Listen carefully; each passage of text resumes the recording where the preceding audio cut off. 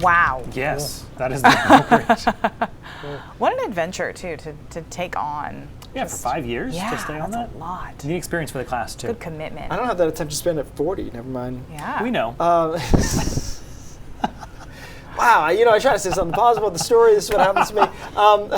Today was nice, right, Brian? Yes, it was great. It was great. I had zero complaints. It wasn't as warm as yesterday, but still It really. was still fine. Like I had short sleeves on in late October. That's still something. That's a win for a day.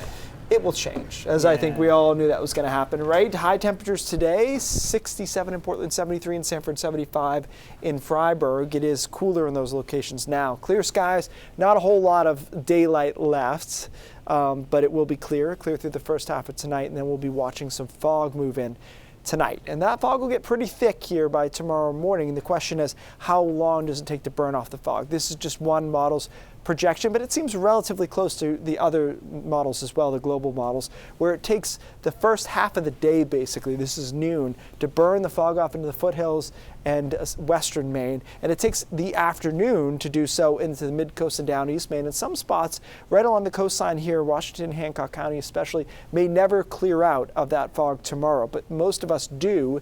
Temperatures respond to the 60s and over western Maine in the low to mid 70s again, so one more mild day for most of us. And then clouds come back in here on Wednesday night with a front approaching. That front doesn't have a lot of rain to work with, but it will be mostly an air mass change that comes through on Thursday afternoon. So an isolated shower is possible, but as you can see here, there aren't many of them actually at all on this particular model's projection. Temperatures fall down into the 40s and 30s overnight Thursday, and then Friday is actually a nice day in the mid to upper 50s. So not like we fall off a cliff here all of a sudden.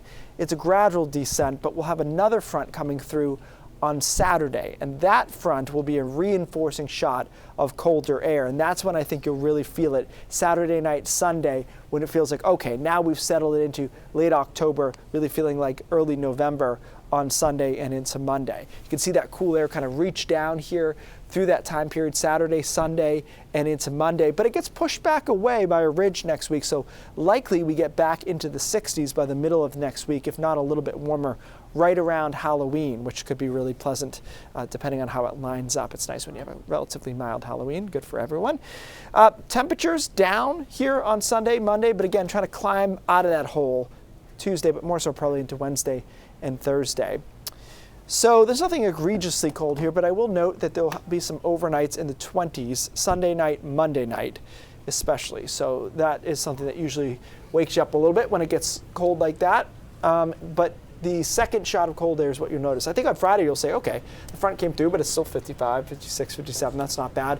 When the second front comes through on Saturday and we're in the 40s during the day, well, as they say in The Wizard of Oz, it's a horse of a different color. And I think you'll notice it on Sunday afternoon. Doesn't last all that long, though. We try to climb back out of that. Okay.